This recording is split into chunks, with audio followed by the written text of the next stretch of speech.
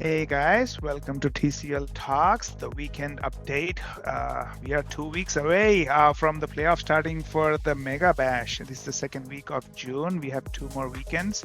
So let's take a look at what's going on around the league. Last week, we introduced Open Bottle as our sponsor. Thank you so much for coming on board. Elite Tournament starts tonight, and then the T10 tournament for the leather ball was supposed to start last week. It didn't, so hopefully it starts this week. And then let's take a look at some of the teams who are making the playoff push in HT Bash. The game starts, as I said, between Kryptonians and Smashers. Hopefully, the Shiloh cricket field stays open. Let's see. 16 teams divided into two groups: Ligers, Supreme Strikers, Tornadoes, CTS Tech, CWC Tenors, Death Eaters, Garudas, Courageous One in Group 1. And then we have Sunrisers, King of Kings, Gymkhana, Kryptonians, Raiders, Thunderbolts, Assassins, and Smashers in Group 2. If you look at it, the last year's finalists, CTS Tech and Death Eaters are in Group 1. So we're going to have an interesting new leader in Group 2. And this is the schedule. The schedule is already out. Thank you, Kirti and Ram, for getting the schedule out. As you can see, we have about 40 games. The weekends are pretty busy. We only have this year. We only have games on Friday, Saturday, and Sunday, as you can see. So this is the schedule for June and July, and then the last game is going to be on September 12th, and then that's a Friday, so we're going to have our finals and semifinals on Saturday and Sundays, which is September 13th and 14th. So basically, the HTT10 Elite Tournament is going to end by second week of September. Let's take a quick look at the standings. Not much has changed. Royals still up top, and Avengers and Hunters at 2 and 3. Hunters and Tigers are the only unbeaten teams so far, and there are quite a few one loss and two loss teams. Not many games have been played. Tigers have only played 2 games. And then for T20, Stars are up top. Quite a few teams that have no losses. We played Anzacs the other week, and they look pretty formidable. Stars, Spartans, and Royals, once again, 3 top teams without any losses as well. But we'll see this standings going to change in the coming weeks. We're going to have in summer. You're going to have a lot more T20 games because it's going to be hard, and PL games are going to be very difficult to play. D3, I think it's a lock for Mutants to be number 1 team. They're going to move on to Division 2. Vikings are number 2. Conquerors fell in 2 weeks with 2 losses to number 3. It's going to be interesting to see what are the which of the teams, Predators, Garudas, which one is going to land at number 3 alongside Conquerors, to see which one is going to move on to Division 2. And then for D2, we have Bolbachan and Tridents sitting comfortable up top with a healthy run rate. But I don't know if Bolbachan is going to finish up top with the highest run rate, because there are quite a few teams with 9 games and sitting at 12 points, and all with a healthy run rate. So let's see if Bolbachan can finish number 1.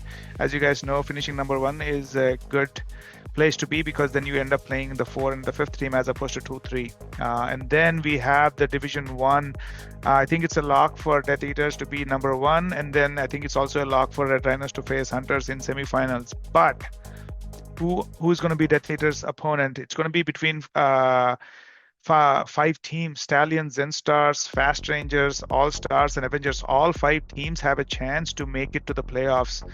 Out of these 5 teams, 2 make it to 4th and 5th, and then they're going to play a qualifier to see who's going to end up facing Death Eaters. It's not going to be easy for any of these 5 folks. I'm so glad I'm not in the 4, 5, 6 range for competing to see who's going to end up facing Death Eaters. This week, we're going to introduce the best batsman and best bowler. I've got some good runs this year, but I feel like it's going to be the year of Funny Burra. He just missed out last year by a couple of runs. I feel like he has a very good chance, but it's going to be against a very tough team against Death Eaters. So it's going to be interesting to see. Same is the case with that. If you see the top 4 players are from 2 teams. That's very, very rare.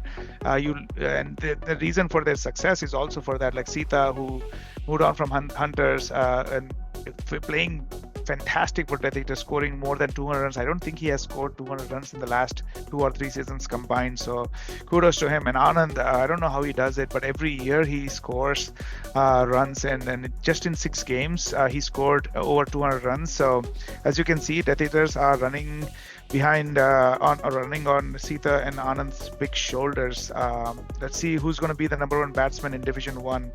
And then for Division 2, it's going to be Prabhu Pothuri, who's just followed by Santosh and Kirti with 228 and 217 runs. It's going to be interesting again because they still have some more games left. So let's see if Prabhu can continue to hold that position. Lemurians haven't had a good season so far, just looking from outside looking in for the playoffs. I don't know if they're going to make it or not. Gaja, one of my favorite batsmen in Division 3, keeping the Mutants up top as the #1 team. I think they also have the #1 batsman, #1 bowler, so that's why they are the #1 team in Division 3. But not quite far behind him is Shiva Kopera and Govind from Vikings. So these two guys, I've played with them, I've seen them. They are fantastic. So Gaja has to have a really good game because having a 8-run lead is not going to be good enough for him to win the best batsman award for Division 3. Best bowler, Vamsi Krishnan Arne, not just in Division 1 but also all of TCL. There is no bowler better than him. I've seen him play. So many teams have won just because having Vamsi on their team, and that's the reason that Death Eaters have had so many close games, but they've won those games because they were riding on the backs of Vamsi. Look at the number of runs given. It's like 117 runs in just 27 overs, taking 20 wickets. But right behind him is Bakiraj from Zen Stars. I'm so glad he's going to be playing for Gymkhana this year, so I'm really looking forward for that. And then we have Sudhir from Stallions as well, sitting on 19. They still have 2 more games to go, so who knows what's going to happen. And then once again, just like how they have 2 batsmen in the top 2 batsmen, they also have 2 bowlers in the top 5 bowlers, with Mahesh Sudi also taking quite a few wickets for Death Eaters. Hemant Godavalli from Division 2 has taken 16 wickets, but right behind him is Mohan Raj Bhaktavachalam. So it's going to be interesting to see who's going to finish #1. But in terms of RPO and the number of runs given, I think Hemant has a good chance of finishing #1 here. And then we have Archasvi Ranganath. There is a very good chance, unless he doesn't play, he's going to win out the Division 3 best bowler playing for Mutants. As I said, Mutants have the best batsman, best bowler in Division 3. But right behind him is Kishore Raj from Vikings. He's probably one of the best all-rounders they have, alongside Govind Raj. And then we have George Thomas for Conquerors. So it's going to be very, and also #4, one of my guys from Virginia, LCCL, Rishikant Reddy Bokka. He have played him several times. I'm really looking forward to see how that team fares, and maybe I can see him in Division 1 one day. All right. Thank you, everyone. Just want to say it's okay. I know it's going to be close. We have 2 more weeks left in HT10 HT Bash. It's going to be okay. Like, a lot of teams are going to move down, get relegated. A lot of teams are not going to make the playoffs. It's going to be coming down to a close game this weekend and next weekend to decide who's going to make the playoffs. Going to be a close call, just like my team and every other team. Opportunities are going to be a big thing right now. Giving opportunities for your teammates is not going to be easy because everyone is looking to get that win and they're trying to find that edge, trying to see the matchups and whatnot. Do they need that extra batsman or bowlers? So all I want to say is the season is coming to an end. The new season is just around the corner.